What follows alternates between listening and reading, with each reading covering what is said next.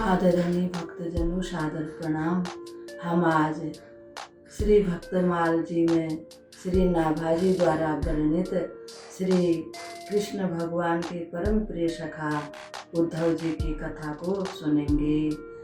ओ त्वमेव माता च पिता त्वमेव त्वमेव बन्धु च सखा त्वमेव त्वमेव विद्याधरुणं त्वमेव त्वमेव सर्वं मम देव देव त्वमेव सर्वं मम देव देव। वसुदेवसुतं देवं कंसचाणूरमर्दनं देवकी परमानन्दं कृष्णं वन्दे जगद्गुरुम्।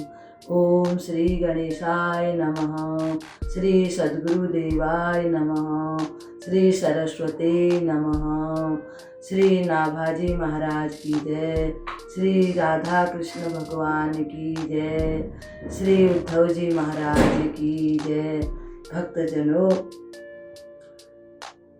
उद्धव जी महाराज श्री कृष्ण के परम सखा और परम मित्र और इनके चाचा के चचेरे भाई हैं और ये श्री बृहस्पति जी के शिष्य कहे जाते हैं। जब भगवान श्री कृष्ण अक्रूर जी के साथ वृंदावन से मथुरापुरी में आए, वहाँ आकर उन्होंने सभी राक्षसों सहित कंस का नाश कर दिया। फिर वे अपने गुरु जी के वहाँ उज्जैनी में विद्या अध्ययन करने के लिए गए।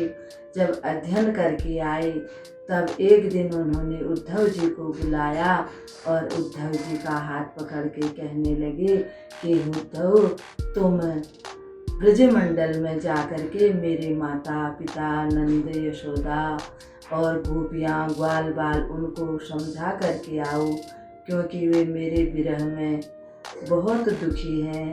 वे भोजन करना सब कुछ भूल गए हैं। वे किसी प्रकार से मेरे आने की राह देख रहे हैं, क्योंकि मैंने उनको कहा था कि मैं परसों ही आ जाऊंगा। इसलिए ही उद्धव, तुम जाकर के उनको ज्ञान देना, ज्ञान का उपदेश करना। और अपने जैसे ही वस्त्र उद्धव जी को उन्होंने धारण करने के लिए दिए और अपना ही रथ दे करके उद्धव जी को उन्होंने ब्रजमंडल में भेज दिया। उद्धव जी सकल सूरत से भी श्री कृष्ण जैसे ही प्रतीत होते हैं, यानी उनके जैसे ही लगते हैं। जैसे भगवान श्री कृष्ण की लंबी लंबी भुजाएं हैं, ऐसे ही उनकी भी लंबी लंबी भुजाएं हैं, यानी कि हाथ। और जैसे उनका रंग सांवला है, ऐसे ही उद्धव जी का है। उद्धव जी बड़े प्रेम से नंद बाबा के महल में गए। वहाँ जाकर नंद बाबा और यशोदा मैया ने उनका बहुत ही आदर सत्कार किया और फिर श्री कृष्ण और बलराम जी की और मथुरा वासियों की, वसुदेव और माता देवकी का कुशल क्षेम पूछा। श्री नंद बाबा कहने लगे, हे उद्धव, तुमको देख करके आज ऐसा लगता है जैसे कि मेरे कृष्ण और बलराम जी यहाँ पर आ गए हैं। जरा ये तो बताओ कि वो मेरा कृष्ण कैसा है, बलराम जी कैसे हैं, वे सब कुशल मंगल से तो है ना? क्या वे कभी हमको याद भी करते हैं? और उनकी कुछ बातें हमें बताओ, वे किस प्रकार से वहाँ रहते हैं। तब उद्धव जी बोले कि हे नंद बाबा, वे सब कुशल मंगल से ही हैं और आपको, गोपियों को, ब्रजमंडल को वे बहुत याद करते हैं और कहते हैं कि हे उद्धव, मैं ब्रजमंडल को नहीं भुला सकता हूँ। ब्रजवासियों ने जो मेरे साथ प्रेम दिया, मुझको जो प्रेम दिया, वो प्रेम मुझे कहीं और नहीं मिलेगा। इस प्रकार से उद्धव जी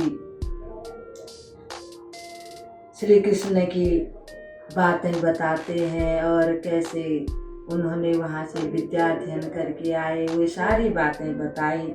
उनकी याद कर कर के नंद बाबा और यशोदा मैया रात भर उनकी बातें सुनते रहे और उनकी बातें सुनकर वे बेसुध से हो गए। उनका गला भर आया और वे उद्धव जी को कहने लगे कि हमारे तो सब कुछ ही श्री कृष्ण ही हैं और हम कब से उनकी प्रतीक्षा कर रहे हैं। हे उद्धव, क्या वे कभी यहाँ आएंगे, हमसे मिलेंगे, और कब वो मिलेंगे हमको।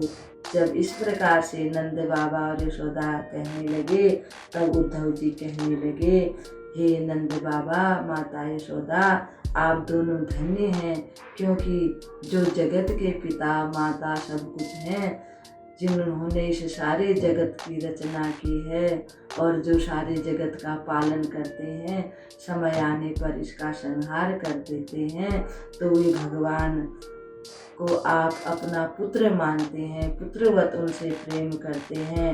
आप दोनों धन्य हैं।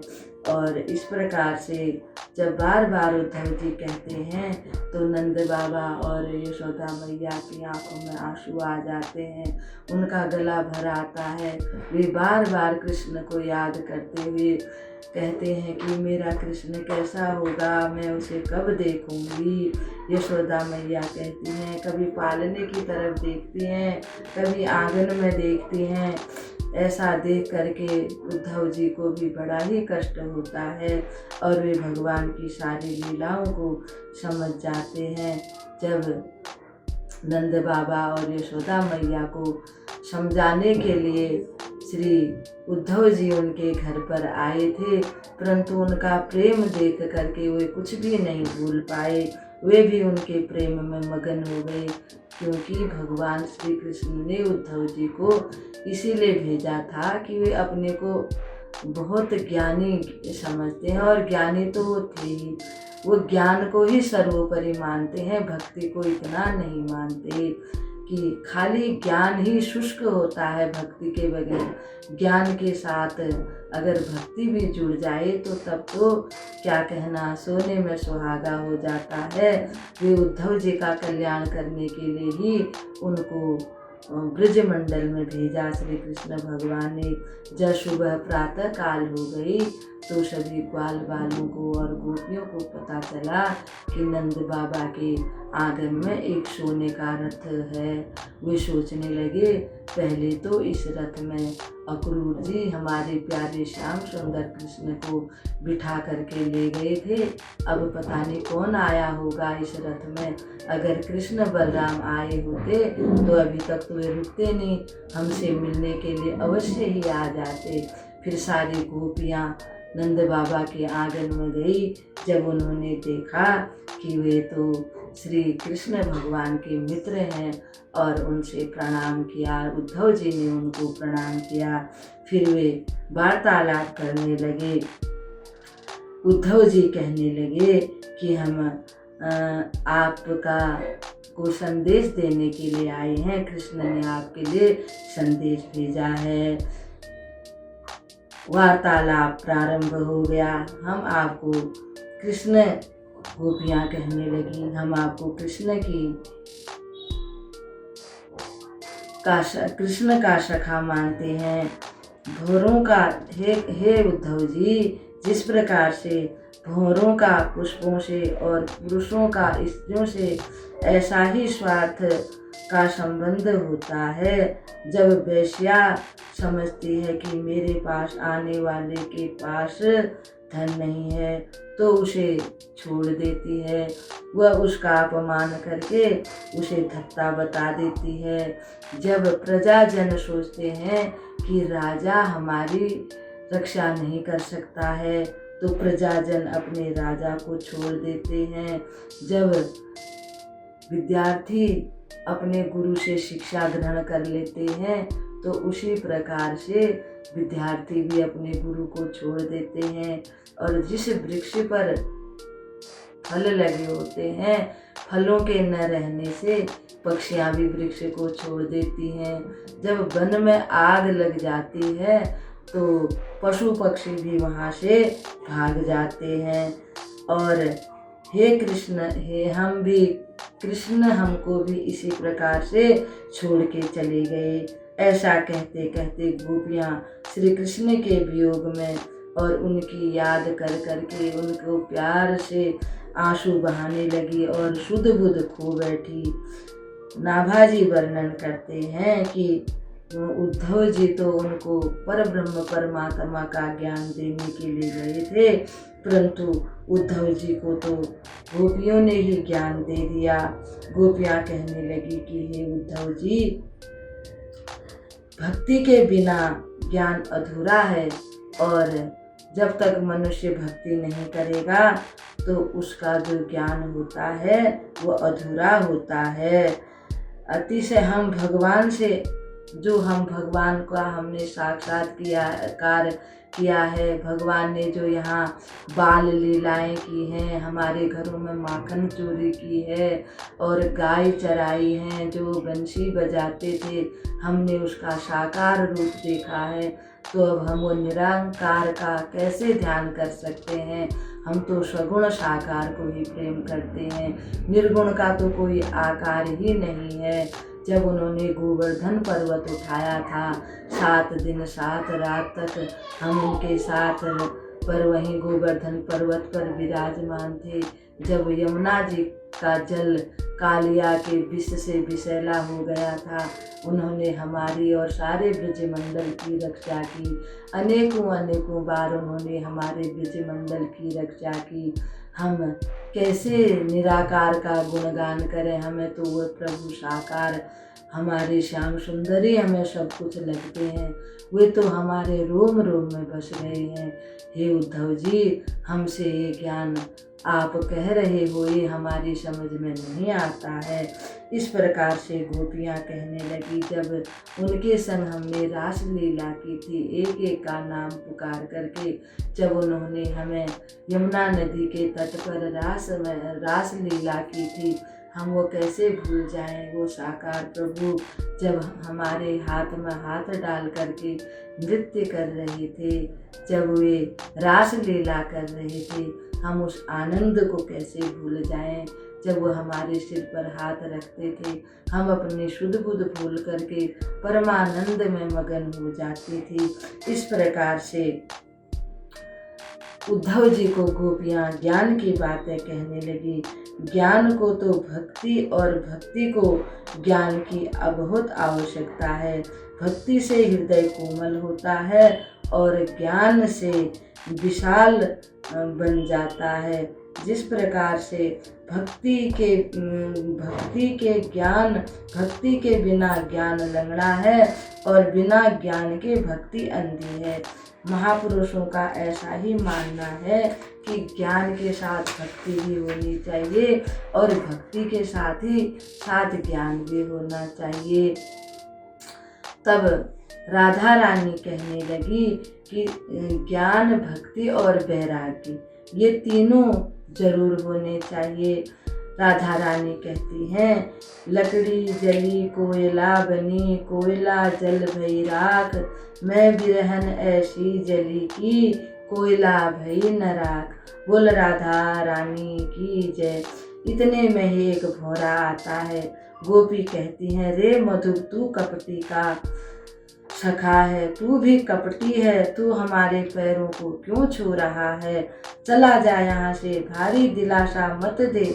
यहाँ वहाँ उड़ता फिरता है, कभी इस फूल पर बैठता है तो कभी उस फूल पर बैठता है। तू किसी से प्रेम नहीं करता है। ऐसा ही तेरा कपटी मित्र वो कृष्ण, वो भी हमको छोड़ करके उड़ गया है। जैसा तू है वैसा ही तेरा स्वामी है, वह भी काले रंग का है और तू भी काला ही है। हम तो बनवासी हैं, हमें गुनगुना कर कृष्ण के गीत क्यों सुनाता है। हम तेरी किसी चाटुकारिता में नहीं आने वाली हैं, वे हमारे हृदय में बस गए हैं। बड़ी चिकनी चुपड़ी बातें करने वाला, तू यहाँ से चला जा। वह उनका नाम दीन दयाल है। जब वे राम बने थे तब उन्होंने क्या किया, शूर्पणखा उनसे काम वासना के कारण उनसे विवाह करने की याचना करने लगी, तो उन्होंने उनके नाक कान काट दिए। और जब महाराज बलि के वहाँ पर वे गए तो बलि ने उनकी पूजा की, सब कुछ। अंत में उनको दान दिया तो उन्होंने बलि को वरुण पास से ही बात कर पाताल भेज दिया। हमने उनकी लीला रूप कर्णामृत का पान कर लिया, अब हम दुख सुख द्वंद्व से परे हो गई हैं। हमारे ऊपर तुम्हारा कोई असर पड़ने वाला नहीं है। तू कृष्ण दूत बनकर आया है। प्यारे भ्रमर, उनके वक्षस्थल पर तो माता लक्ष्मी का वास है। हमारा वहाँ कैसे गुजारा होगा, इसलिए हम यहीं ठीक हैं। परीक्षित, इस प्रकार गोपियाँ विरह में तड़प रही थी। उद्धव जी ने सांत्वना दी और कहा, तुम कृत्य हो, तुम्हारा जीवन सफल हो गया, तुम सारे संसार में पूजनीय हो। तुमने भगवान को अपना सर्वस्व निछावर कर दिया, सब कुछ अर्पण कर दिया। उद्धव जी कई महीनों तक ब्रज में रहे, लेकिन ज्ञान का उपदेश गोपियों को वे नहीं दे सके। हाथ जोड़कर कोटि कोटि प्रणाम करके ज्ञान वापस आ गए और कहने लगे कि गोपियाँ की भक्ति अटूट है, गोपियाँ धन्य हैं, ये गोपियाँ प्रेम रस में डूबी हैं। उद्धव जी को अपने ज्ञान का अभिमान था, वो अभिमान जाता रहा। फिर श्री उद्धव जी महाराज भगवान श्री कृष्ण के पास आए और गोपियों का सारा हाल उन्हें सुनाया।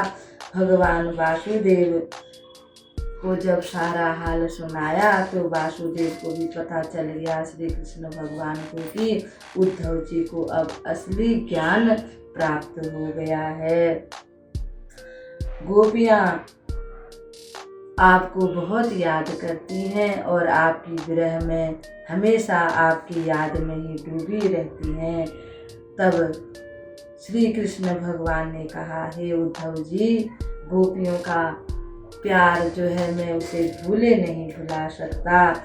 इस प्रकार से उद्धव जी गोपियाँ और कृष्ण भगवान का जो गूढ़ रहस्य था, प्रेम था गूढ़, उसको समझ गए।